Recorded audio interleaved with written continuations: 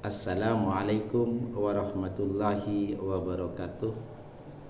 Bapak Ibu yang saya hormati, alhamdulillah kita berjumpa lagi dalam kajian subuh Yayasan Pendidikan As-Salam, Jalan Merpati nomor 4 Sampang, Madura. Hari ini Ahad 19 Oktober 2025.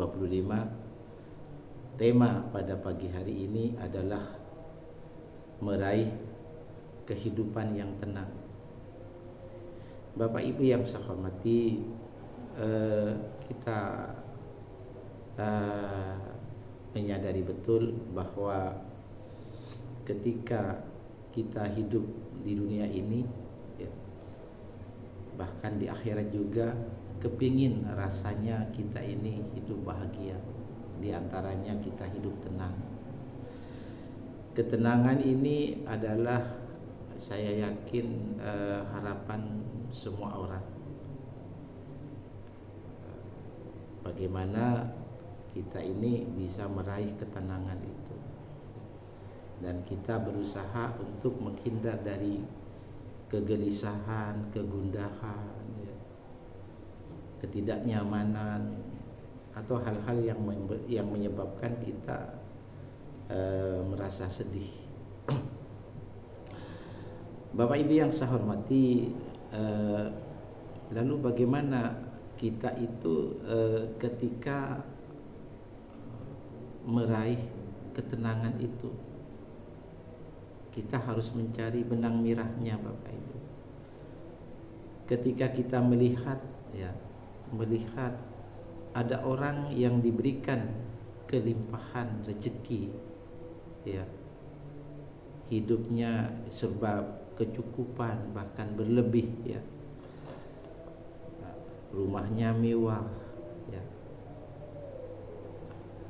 ada mobil, penghasilannya lebih dari cukup.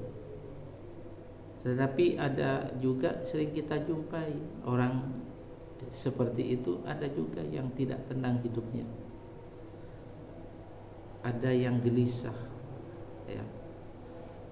ada yang sedih. Ada juga orang diberikan jabatan oleh Allah, ada juga yang kita jumpai orang itu hidupnya tidak tenang. Tetapi ada juga orang yang kita mengira karena kehidupannya secara ekonomi tidak cukup, kita mengira, kita menyimpulkan bahwa orang itu akan sedih, orang itu akan susah, orang itu akan merasa tidak nyaman. Tapi pada kenyataannya justru orang itu hidupnya merasa tenang. Lalu timbul pada diri kita, sebenarnya sumber ketenangan itu dari mana? Bapak Ibu yang saya hormati, perlu kita ketahui bahwa di dalam kolbu kiri ini, salah satu instrumennya adalah atau hal yang dihasilkan adalah perasaan atau emosi daripada kolbu kiri ini. Itu tidak terjadi dengan sendirinya, termasuk ketenangan itu tadi, karena ketenangan itu adalah bagian daripada emosi. Jadi ketenangan yang terjadi itu sebetulnya tidak terjadi dengan sendirinya. Ada sebab yang menyebabkan orang itu menjadi tenang.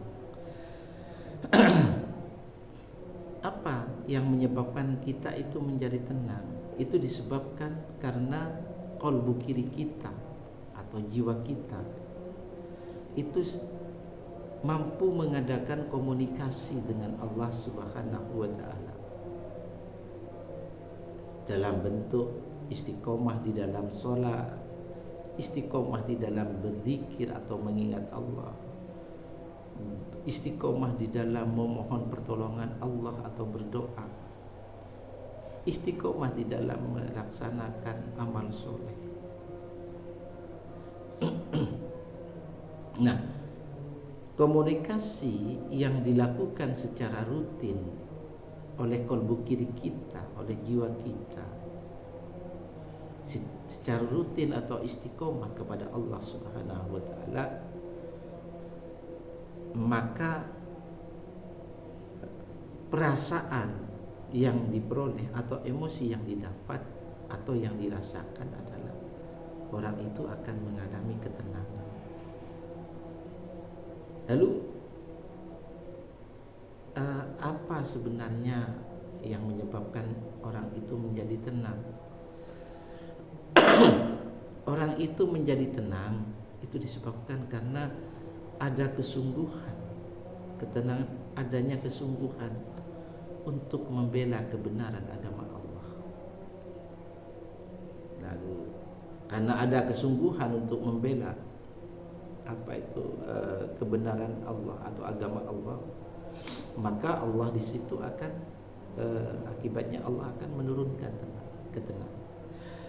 Jadi ketenangan itu hakikatnya tidak datang sendirinya, ya. Ketenangan itu berhubungan dengan batin. Ya.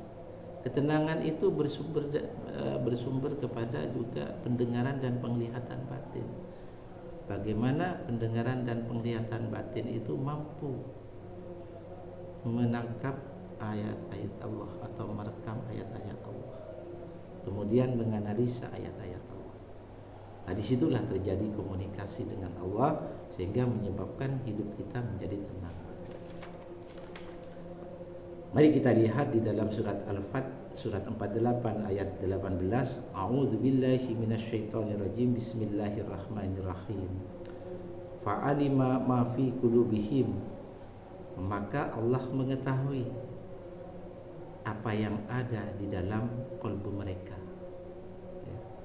Jadi Allah tahu di dalam hati nurani orang itu, di dalam jiwanya, di dalam kalbu kirinya, bahwa di dalam orang itu kalbu kirinya terdapat iman. Di dalam kalbu kirinya ada kejujuran, ada kesetiaan kepada Allah Subhanahu wa taala dan Rasulnya. Wa anzala sakinata alaihim. Lalu Allah menurunkan ketenangan atas mereka. Jadi dari ayat di atas bisa kita jelaskan bahwa Allah yang telah menurunkan ketenangan disebabkan karena kita beriman kepada Allah, kita jujur dan setia kepada Allah dan Rasulnya. Lalu saya tekankan lagi, apa sebabnya kita itu bisa merasakan ketenangan? Di dalam surat Ar-Ra'd, surat 13 ayat 28, Allah berfirman, alladzina amanu wa tatma'innal qulubuhum bidzikrillah, yaitu orang-orang yang beriman merasa tenang, tentram kalbu mereka dengan mengingat Allah. Jadi mengingat janji-janji Allah, bahwa orang yang dekat dengan Allah, ya, Allah janjikan surga. Jadi orang yang lalai dari mengingat Allah, Allah janjikan neraka. Jadi ketenangan itu sebetulnya tidak berhubungan dengan harta benda, ya, kekayaan, kemiskinan, ya, kekurangan,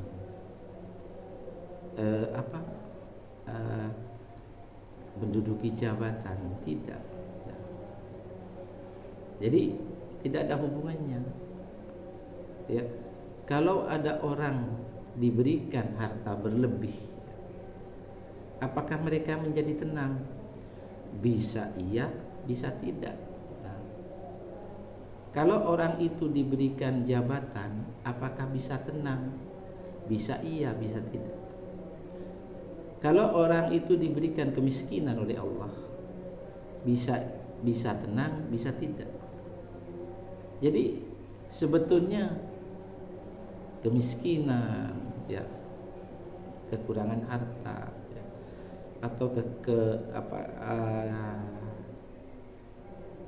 kekayaan atau kita mendapatkan jabatan, itu sumber nanti mengalirnya bukan ke kolbu kiri tetapi ke otak. Nah, sekarang permasalahannya orang itu bisa menjadi tenang hidupnya ketika mereka kaya.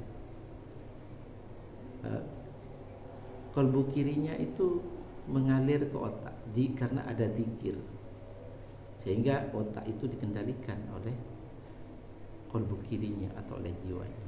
Maka orang itu akan menjadi tenang hidup.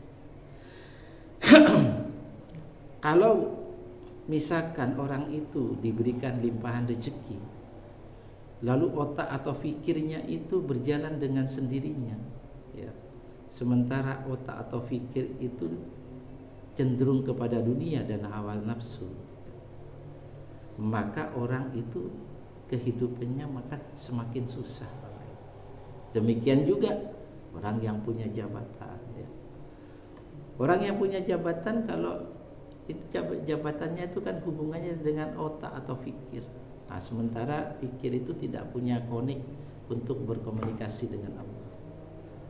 Maka orang yang diberikan amanah jabatan oleh Allah akan merasakan hidup tenang apabila di dalam otaknya itu dialirkan zikir kepada Allah, sehingga kolbu kirinya tetap menjadi pengendali, menjadi pemimpin dalam sebuah keputusan di dalam diri pribadi kita.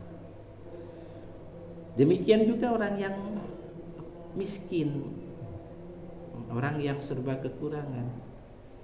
Itu bukan sebab karena kemiskinannya, tidak. Apakah dengan kemiskinannya itu otak yang mengendalikan? Nah, kalau otak yang mengendalikan, maka orang itu akan menjadi kufur nikmat, ya, akan menjadi mendekat kepada kekufuran, maksud saya. Tetapi kalau orang itu karena kemiskinannya justru kolbu kiri yang mengendalikan, maka justru kemiskinannya itu menjadi sarana untuk mendekatkan diri kepada Allah Subhanahu wa taala. Bapak Ibu yang saya hormati, wa anzalas sakinata alaihim, lalu Allah menurunkan ketenangan kepada atas mereka, ya. Bapak Ibu yang saya hormati, saya lanjutkan.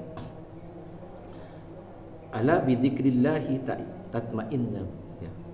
Jadi hanyalah dengan mengingat Allah, ya, maka kalbu kita itu menjadi tenang. Jadi Bapak Ibu, sumber ketenangan itu tidak ada di dalam di luar kalbu kiri kita. Jadi kalau orang itu misalkan tidak dikendalikan oleh kalbu kirinya, orang yang diberikan limpahan rezeki itu malah dikendalikan oleh hawa nafsunya, ya. Maka orang itu tidak bersyukur, merasa kekurangan, kepingin kaya dan seterusnya, sehingga kehidupnya tidak menjadi tenang sampai lalai daripada mengingat Allah. Bapak Ibu yang saya hormati, saya lanjutkan. Allah menurunkan ketenangan itu hanya kepada orang mukmin, ya. Ini yang perlu kita sadari, Bapak Ibu. Jadi orang-orang yang jauh dari Allah dipastikan hidupnya itu tidak tenang. Jadi orang mukmin itu adalah orang yang beriman, ya. Orang yang beriman itu adalah orang yang murni betul-betul menyembah Allah, orang yang betul-betul iman kepada Rasulullah, dan orang-orang yang mau memperjuangkan agama Allah dengan hartanya, dengan jiwanya. Nah, itu yang Allah kasih ketenangan. Ketika ketenangan itu diberikan kepada Allah, maka akan semakin bertambah imannya kepada Allah. Kita lihat di dalam surat Al-Fat 48 ayat 4. Walladzi anzalas sakinatah, dialah yang menurunkan ketenangan. Jadi Allah yang menurunkan ketenangan fi qulubil mu'minina liyazdadu imanan ma'a imanihim, ke dalam kalbu orang mukmin supaya mereka bertambah keimanannya di samping keimanan mereka. Jadi Bapak Ibu, jadi hidup ini terasa indah andai kata semua ya masyarakat ya di dalam berbangsa bernegara itu menjaga keimanan ya. Betapa indahnya hidup kita akan menjadi tenang Bapak Ibu ya, menjadi tenang. Karena apa? Sumber ketenangan itu adalah iman, dan iman itu adalah orang-orang yang hidupnya hanya mencari ridho Allah. Orang yang hidupnya hanya menjaga kesucian jiwanya. Orang yang berusaha untuk senantiasa berkomunikasi dengan Allah. Orang yang senantiasa bagaimana dalam hidupnya dia memikirkan tentang untuk berjuang di jalan Allah saja. Jadi apa yang kita miliki hari ini bukan tujuan hidup. Ya, kita memiliki harta, kita memiliki jabatan, kita memiliki mobil mewah, kita atau sebaliknya kita jatuh miskin, kita kekurangan, itu bukan tujuan hidup, tapi sarana ya untuk bertemu Allah, sarana untuk mencari ridha Allah. Bapak Ibu, mudah-mudahan ini menjadi renungan bersama ya Bapak Ibu. Mudah-mudahan hidup kita tenang. Jadi sekali lagi, ketenangan itu hanya bisa diraih apabila kita selalu menjaga kesucian jiwa. Kita menjauhi dari barang yang haram. Apa yang kita makan itu adalah barang yang halal, dalam rangka untuk memudahkan kita, kalbu kiri kita, jiwa kita, supaya dalam keadaan suci, agar memudahkan kita untuk selalu mendekatkan diri kepada Allah, agar memudahkan kita untuk selalu berkomunikasi dengan Allah. Mudah-mudahan ini menjadi renungan bersama. Terima kasih. Wassalamualaikum warahmatullahi wabarakatuh.